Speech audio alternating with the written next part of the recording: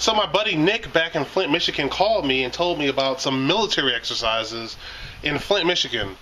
Apparently the Army has been working on some exercises where, they've used helicopters, they've used special teams to raid abandoned houses, they're using flashbangs in residential areas. I'm thinking, why couldn't they build their own complex?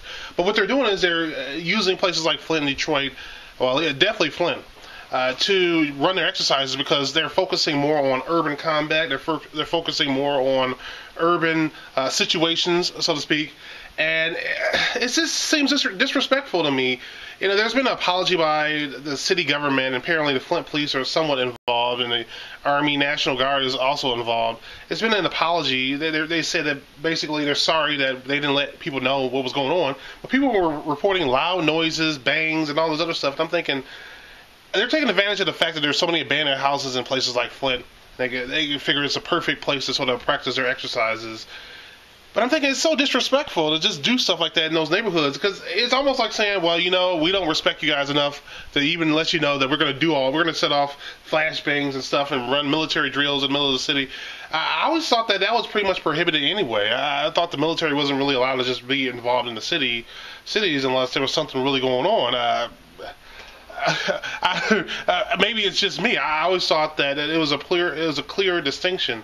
The military just couldn't run typical drills unless, I don't know. Well, obviously I was wrong. So apparently they're doing something in Flint, and my buddy Nick called me and said that not only are they doing it on the east side of Flint definitely has some rough areas. A lot of poor people on the east side. There's poor people all over Flint, all over America. But anyway, definitely some rougher areas on the east side. There's also some really nice areas on the east side. That's a whole other video.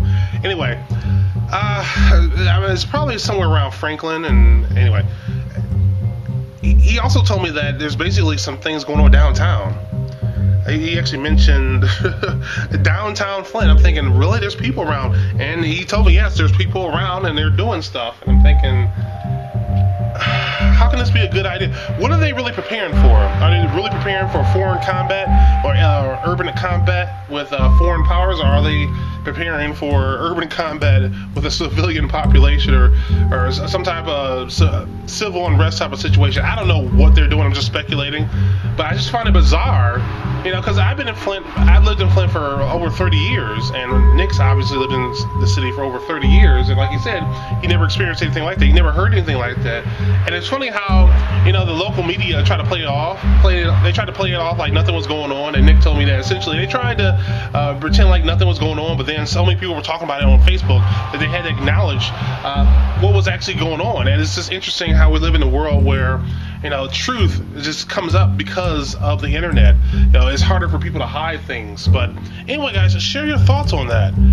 Do you think it's appropriate to be throwing off flashbangs and doing these type of military exercises in an urban area just as a practice? I mean, how would you feel if that happened in your area?